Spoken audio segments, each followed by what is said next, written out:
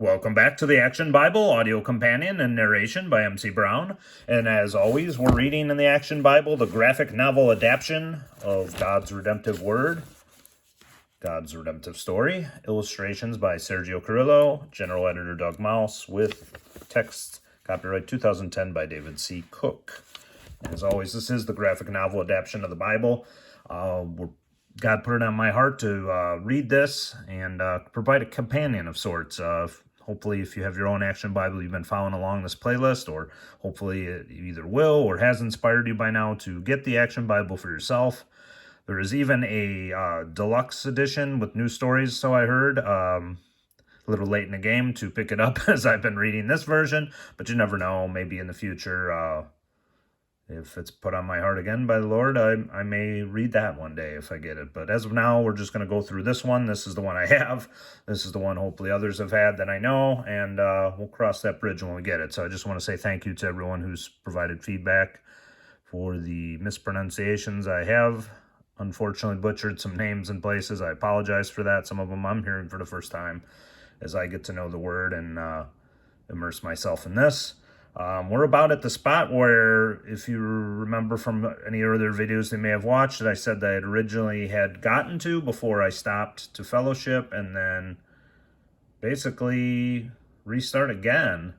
So this is a very cool endeavor for me. God has put it on me and my heart to do this, and just an awesome thing. And I appreciate every one of you. Love all you guys who've been turning in and listening in as I read through the Action Bible. So without further ado, we won't waste any more time here. As always, we try not to spoil anything and step on any toes. We're just kind of got a set view, and as I flip through the pages, and again, it's awesome. So hopefully you have your own to read along with, but if not, you will see a little bit of a preview of it. That's about all I can promise you as we go through. But we're resuming here on part 27 on page 337. The story of David continues with David's spies, based on 2 Samuel 15:13 through 17:29. The news that his own son, Absalom, has started a revolt spurs David into action. I don't have the army ready, but I will not let my people in Jerusalem be slaughtered by Absalom's forces. Gather those who remain loyal to me, my family, servants, and soldiers. We must leave Jerusalem immediately. Absalom and his supporters will be here shortly. Let them take the city unopposed. Just before dawn, David leads his people out of the city. At the last house, he stops to watch his followers pass by. Better that Absalom takes the throne than these innocent people be killed defending me. The Levites, led by 2 high priests, Zadok and David's old friend Abiathar, bring God's holy ark as they follow David out of the city. Absalom may try to steal your throne, but he will not steal the throne of God. Thank you for your faithfulness, but no. Take it back to the city. I'm forced to flee, but God's house will remain in Jerusalem. If God sees fit, I will return to the city and worship again before his ark. But you can serve me in this way. Be my eyes and ears in Jerusalem. Because you are priests, Absalom will not harm you. Use your sons to send me any messages. As David continues on the road, he gets word that Ahithophel has betrayed him to become Absalom's chief advisor.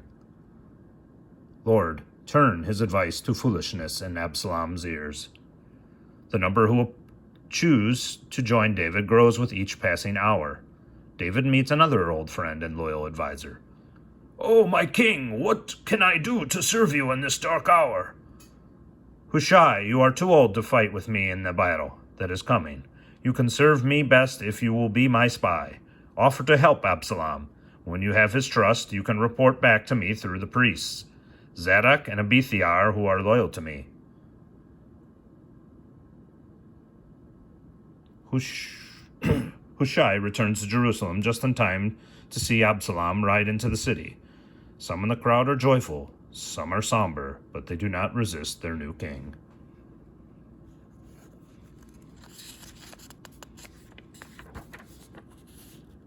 Hushai presents himself to Absalom. Why are you here? I thought you were loyal to my father. Why did Ahithophel choose to serve you and not your father. I wish to serve the one chosen by the Lord. Very well. Now that I've taken Jerusalem without a fight, what should my next step be? Ahithophel has thought long and hard about the day he would rebel against David. He speaks first. I would take 12,000 men and set out tonight in pursuit of David. Then I would attack him while he was weary and weak from fleeing Jerusalem. I would kill only the king. Once he is dead, all Israel will claim you as their king. We won't have to kill any more citizens. This plan is clearly a good one. Absalom's best chance is to strike before David can collect his army. But Hushai knows that David needs more time to escape and organize his counterattack. He also knows that Absalom is a vain young man. Ahithophel's advice is good. For Ahithophel, of course he wants to try to capture David himself. It's his best chance for glory, but he forgets one thing. David and his men are Israel's best fighters. Right now they are angry as bears who have been robbed of their cubs. If you attack and suffer any defeat, the people will say that you are weak and will turn against you. Instead, O king, you should wait until you can call thousands of men from the surrounding tribes. Then, if you, as their heroic leader, go forth before your army, David will not be able to stand against you. Yes, Hushai's plan makes sure that I get all the glory. I have chosen the wrong man to support as king, a conceited fool. If Absalom listens to me, David will have time to escape. David's prayer has been answered. Absalom foolishly rejects Ahithophel's advice, but Ahithophel knows that Hushai's advice will help David more than Absalom. Moreover, he knows that Absalom's defeat will mean his death for supporting a traitor against King David. Solemnly, he rides back home and gets his affairs in order. Once his will and business matters are arranged, Ahithophel hangs himself. It is a sorry end for a man who once was one of the king's wisest advisors.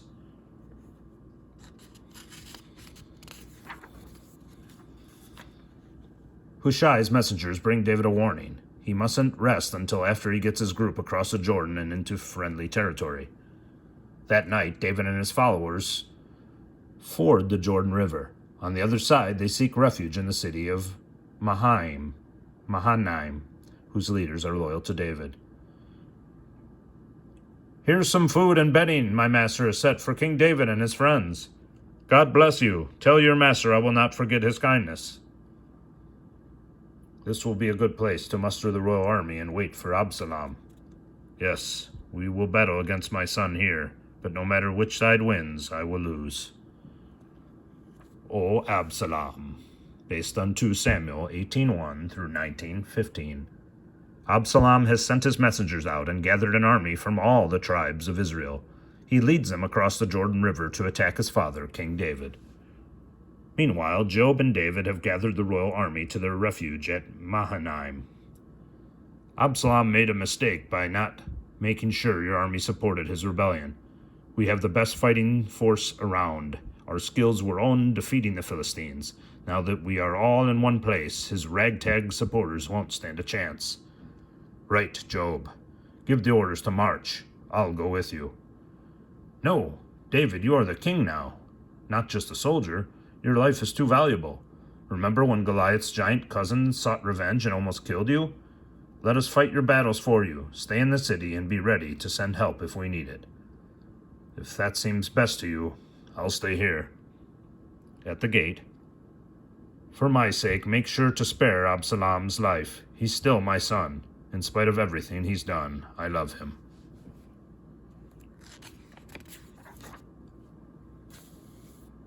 The two armies meet in the forest of Ephraim. Joab has chosen the battlefield well. Absalom's men can't fight well in the rough terrain.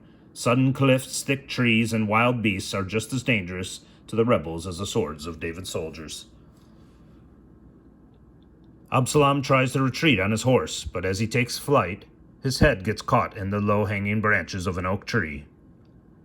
While Absalom hangs helpless, Joab finds him there. In direct defiance of David's order, he ends the rebellion in the simplest way he knows. I'm sorry, Absalom, but this is the best thing for the kingdom. Sound the trumpet, we have the victory.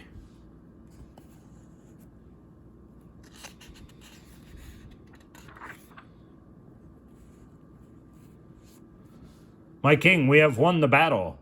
Fine, fine. What about my son, Absalom? Is he all right?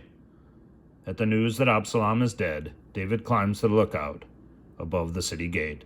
Alone, he mourns for his son. Oh, Absalom, if only I had died instead of you, my son. My son. In his grief, David turns his back on the men who won the victory for him. Finally, Joab goes to see the king. You act as if you wish Absalom had won the battle. Have you forgotten the men who fought to save you and your family and your kingdom? If this keeps up, all your allies will turn against you. David sees the truth of Joab's words. He makes peace with the tribes that sided with Absalom and goes back to Jerusalem. But when David finds out that Joab had deliberately killed Absalom, rage consumes him. He relieves Joab from command of the army. However, like always, David is unable to punish his own relatives. He eventually lets Joab take charge of the army again. But I did it all for you. In the meantime, young Solomon, the prince whose name means peace, is growing up and learning from the wise men around him. His mother never forgets the Lord's special blessing on Solomon and hopes he will one day be king. Lord, you would not have shown him special favor unless you had big plans for him. May they come to pass. Years pass and David grows old. Finally, word spreads throughout Jerusalem that the king's health is failing fast. The people that know David has chosen Solomon to be king and to build the temple of God. But there are rumors.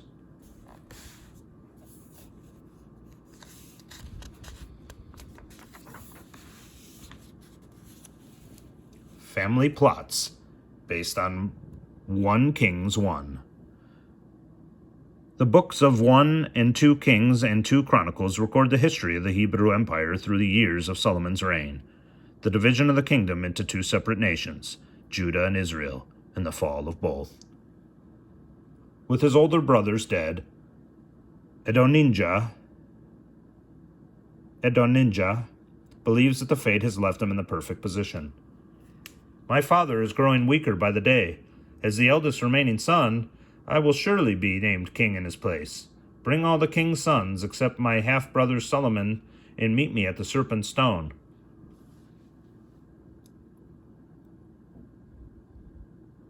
Eat and be merry. Any day now my father will name me the next king of Israel, and you, my friends, will have positions of high honor in my court.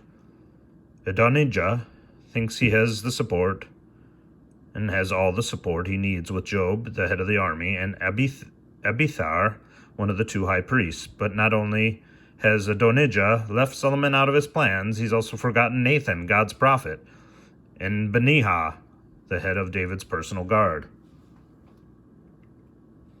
And unfortunately for Adonijah, Nathan already knows God's will. That prideful peacock is certain he will be the next king, but God has chosen another. While Adonijah is feasting, Nathan is talking with Queen Bathsheba.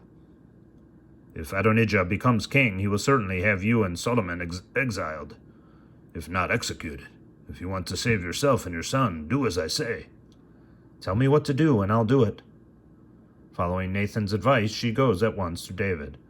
My lord, you promised that my son Solomon would rule after you, but even now his half-brother Adonijah has declared himself your successor. Send for Nathan and Zadok the priest.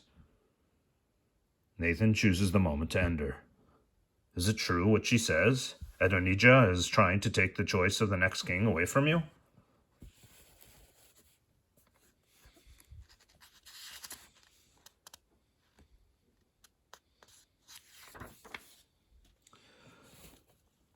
I have had one too many sons dispute my authority. Take Solomon to the sacred spring of Gihon and declare him king. Zadok and Nathan act immediately. Solomon rides his father's mule to the spring of Gihon, and there Solomon is anointed king of Israel. The trumpet sounds. Long life to King Solomon! Benihah leads his new king to the city where the people greet him with shouts of joy. God bless King Solomon! The noise of the celebration is so loud that it reaches Adonijah's feast. A messenger interrupts their feast with the news that David has just made Solomon the king. Knowing that they may be branded as traitors, Adonijah's guests flee in terror. There's only one chance to save my life. Prince Adonijah flees to the tabernacle where the people worship God. He grabs hold of the horns of the altar of sacrifice. I cannot be harmed at God's altar. I won't let go unless Solomon promises not to kill me. When Solomon finds his brother at the tabernacle, he agrees to spare Adonijah's life. He proves himself worthy of the new king's trust. The cowardly Adonijah promises anything that he thinks will spare him. But later, Solomon is forced to execute both Adonijah and General Job when they commit suspected acts of treason.